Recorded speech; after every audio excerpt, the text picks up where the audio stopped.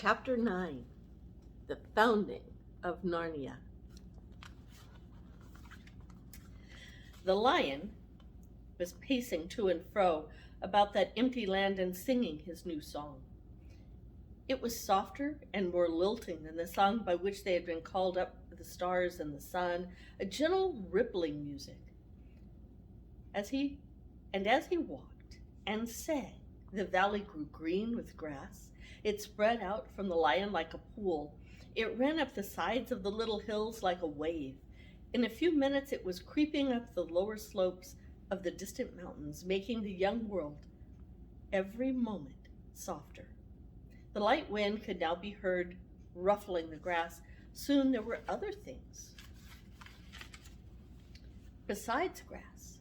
The higher slopes grew dark with heather. Patches of rougher and more bristling green appeared in the valley. Diggory did not know what they were until one began coming up quite close to him. It was a little spiky thing that threw dozens of covered arms with green and grew larger at the rate of about an inch every 2 seconds. There were dozens of these things growing around him now.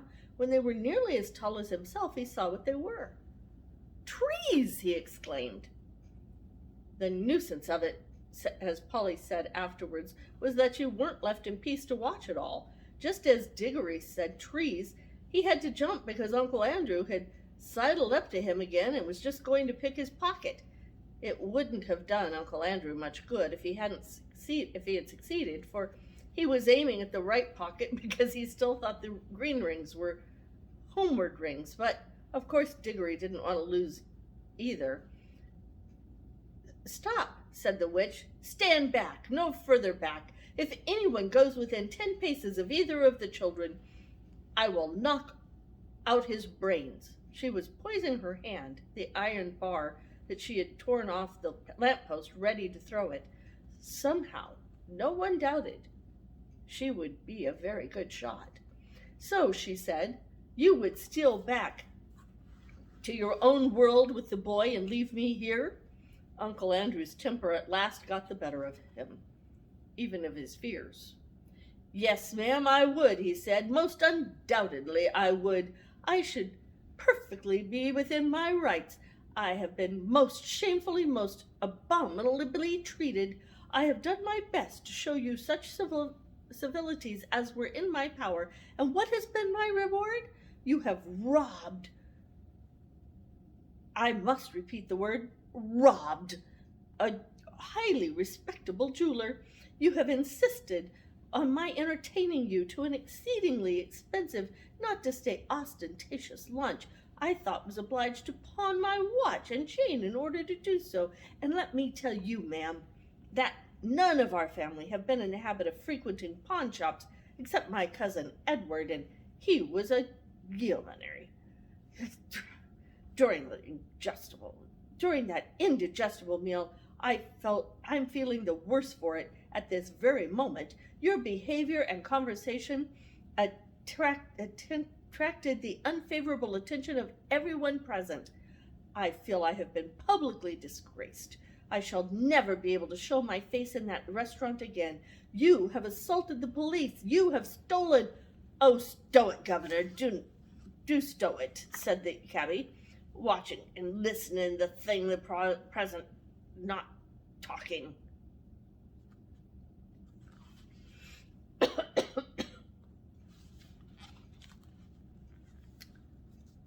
Coming back. "Oh, stow it, Governor. Do stow it," said the cabby, watching and listening the thing at present not talking.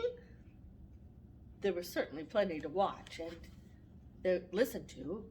The tree that Diggory had noticed is now full-grown beech, whose branches swayed gently above his head. They stood on cool green grass, sprinkled with daisies and buttercups. A little way off along the riverbank, willows were growing. On the other side, triangles of flowering currant, lilac, wild rose, and rhododendron closed them in. The horse was tearing up delicious mouthfuls of new grass. All of this time, the lion's song and his stately prowl to and fro, backward and forward, was going on. It was rather alarming that at each turn he came a little nearer. Polly was finding that song more and more interesting because she thought she was beginning to see the connection between the music and the things that were happening. When a line of dark firs sprang along the ridge about 100 yards away, she felt they were connected with a series of deep, prolonged notes that the lion had sung a second before. And when it burst out into a rapid series of lighter notes, she was not surprised to see primroses suddenly appearing in every direction. Thus, it was an unspeakable thrill. She felt quite certain that all of these things were coming, as she said, out of our lion's head. When you listened to this song, you heard things he was making up, and you looked around you and you saw them. It was so exciting that she had no time to be afraid. Can you imagine being at creation? Pretty cool, right?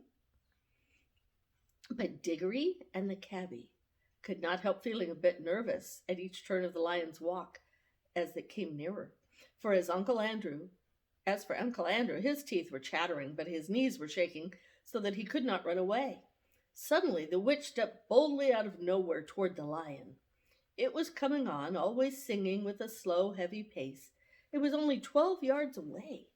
She raised her arm and flung the iron bar straight at its head.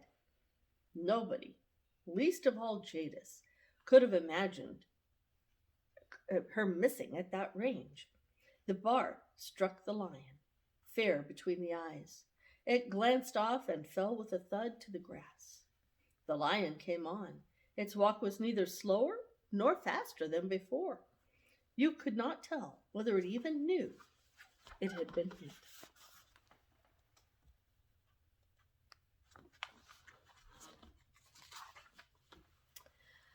Though its soft pads made no noise, you could feel the earth shake beneath his weight. The witch shrieked and ran. In a few moments, she was out of sight among the trees.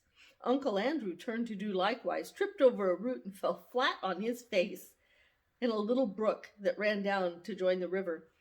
The children could not move. They were not even quite sure they wanted to. The lion paid no attention to them. Its huge red mouth was open, but open in song, not in a snarl. It passed by them so close they could have touched the mane. They were terribly afraid it would turn and look at them, yet in some queer way, they wished it would. But for all the notice it took of them, they might as well have been invisible and unsmellable. When it had passed them and gone a few paces further, it turned, passed them again, and continued to march eastward. Uncle Andrew, coughing and sputtering, picked himself up. "Now, Diggory," he said, "we've got to get rid of that woman, and that brute of a lion is gone. Give me your hand and put on your ring at once." "Keep off," said Diggory, backing away from him. "Keep clear of him, Polly. Come over here beside me. Now, I warn you, Uncle Andrew, don't you come one step nearer or we'll just vanish." "Do what you're told this minute," said Uncle Andrew. "You're an extremely disobedient, ill-behaved little boy." "No fear," said Diggory. "We want to stay and see what happens. I thought you wanted to know about other worlds. Don't you like it now that you're here?" "Like it!" exclaimed Uncle Andrew. "Just look at the state I'm in. And it was my best coat and waistcoat, too. And here in this dreadful sight by now, for, of course, the more dressed up you were to begin with, the worse you look after you've crawled out of a smashed hansom cab and fallen into a muddy brook. I'm not saying," he added, "that this isn't the most interesting place. If I were a younger man now, perhaps I could get some lively young fellow to come here first. One of those big game hunters, somebody, something that might be made of this country. The climate is delightful. I've never felt such air. I believe it would have done me good if the circumstances had been more favorable. If only we had a gun." "Guns be blowed," said the cabby. "I think I'll go see if I can give Strawberry a rub down. That horse has more sense than some humans I could mention." He walked back to Strawberry and began making his hissing tones that grooms make. Do you still think that lion could be killed by a gun? Said Diggory. He didn't mind the iron bar much. With all her faults, said Uncle Andrew, that plucky girl, my boy, it was a spirited thing to do.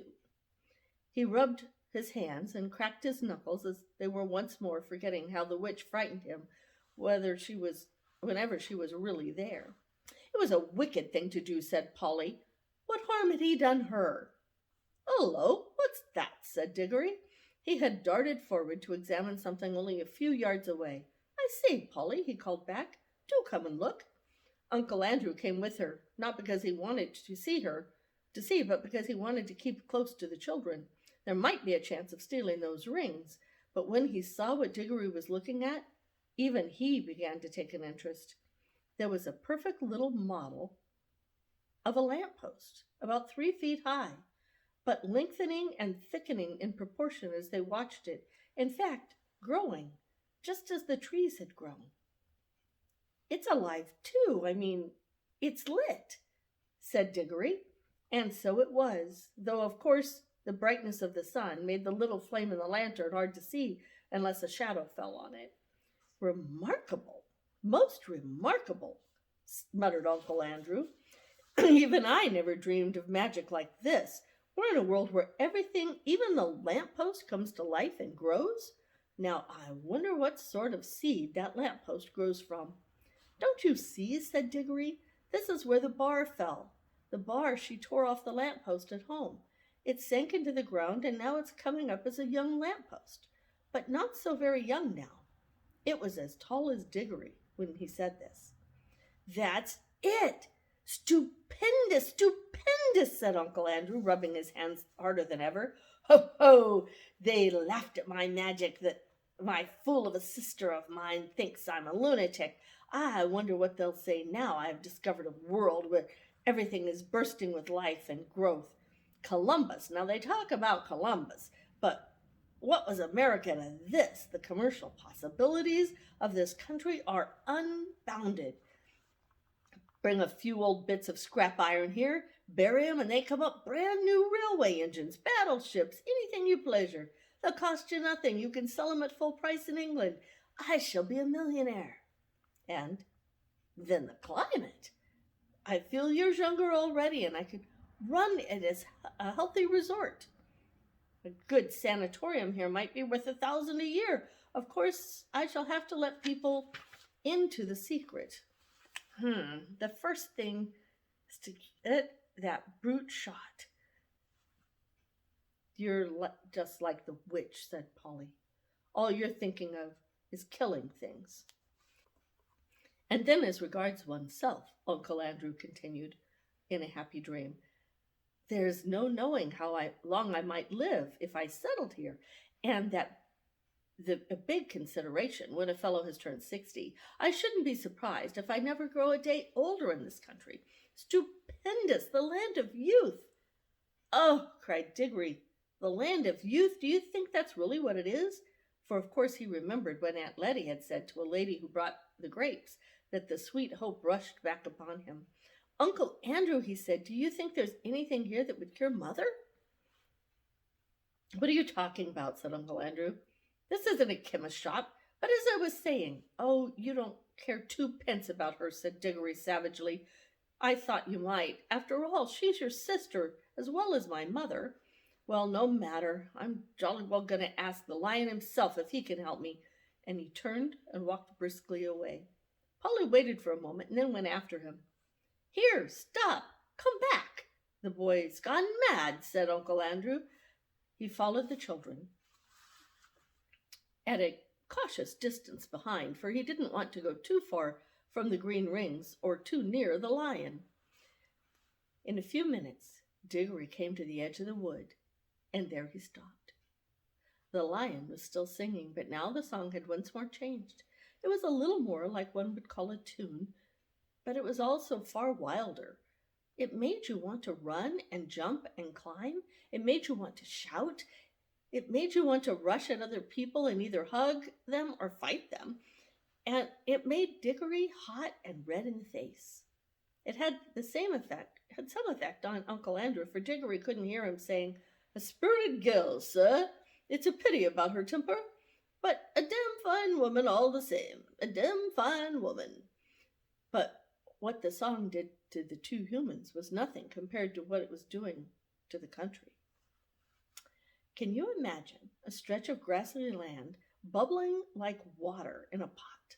For it was really the best description of what was happening. In all directions it was swelling into humps. It was in all directions it was swelling into humps. They were of very different sizes, some no bigger than molehills, some as big as wheelbarrows, to the size of cottages, and the humps moved and swelled until they burst, and crumbled earth poured out of them. And from each hump there came out an animal. The moles came out just as you might expect to see a mole come out in England. The dogs came out barking the moment their heads were free and struggling to, as you've seen them do when they are getting through the narrow hole in the hedge. The stags were the queerest to watch, for of course the antlers came out a long time before the rest of them, so at first Diggory thought they were trees. The frogs, who came up near the river, went straight into it with a plop, plop, and croaking. The panthers, leopards, and things of all sorts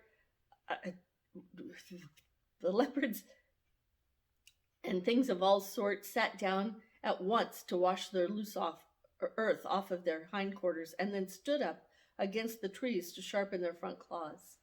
Showers of birds came out of the trees, butterflies fluttered, bees got to work on the flowers as if they hadn't a second to lose. But the greatest moment of all was when the biggest hump broke into a small, like a small earthquake, came out with a sloping back, a large head, and 4 baggy trousered legs of an elephant. Now you could hardly hear the song of the lion. There was so much cawing and cooing and crowing and braying and neighing and baying and barking and lowing and bleating and trumpeting. But though Diggory could no longer hear the lion, he could see it. It was so big and bright he could not take his eyes off of it. The other animals did not appear to be afraid of it. Indeed, at that very moment, Diggory heard the sound of hooves from behind. A second later, the old cabbie horse trotted past him and joined the other beasts. The air had apparently suited him as well as it suited Uncle Andrew. Lots of pictures here.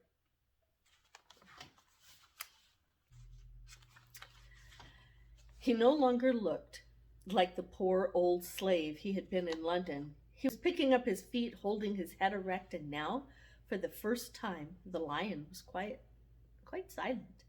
He was going to and fro among the animals, and every now and then he would go up to 2 of them, always 2 at a time, and touch their noses with his. He would touch 2 beavers among all the beavers, 2 leopards among all the leopards, 1 stag, 1 deer among all the deer, and leave the rest.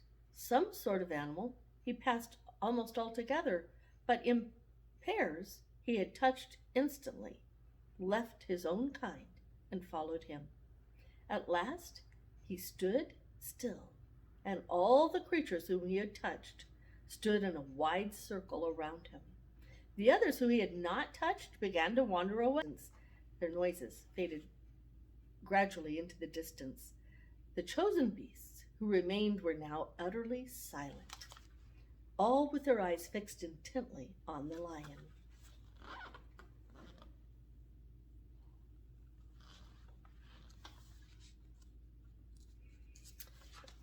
The cat-like ones gave occasional twitches of their tail, but otherwise they were all still. For the first time that day, there was complete silence, except for the noise of running water. Diggory's heart beat wildly. He knew something very solemn was going to be done. He had not forgotten about his mother, but he knew jolly well that even for her, he couldn't interrupt a thing like this. The lion, whose eyes never blinked, stared at the animals as hard as if he was going to burn them up with his mere stare, and gradually a change came over them. The smaller ones, the rabbits, moles, and such like, got a good deal larger, and the very big ones you noticed, most with the elephants, grew a little smaller. Many animals sat up on their hind legs. Most put their heads to one side as if they were trying hard to understand. The lion opened his mouth, but no sound came from it. He was breathing out a long, warm breath. It seemed to sway all the beasts, and as the wind sways a line of trees. Far overhead, from beneath the veil of blue sky which hid them, the stars came again and sang a pure, cold, difficult music. Then there came a swift flash like fire, but it burnt nobody, either from the sky or from the lion himself, and every drop of blood tingled in the children's bodies. And the deepest, wildest voice they had ever heard saying, "Narnia, Narnia, Narnia, awake, love, think, speak, be walking trees, be talking beasts, be divine waters." And that was the beginning of Narnia.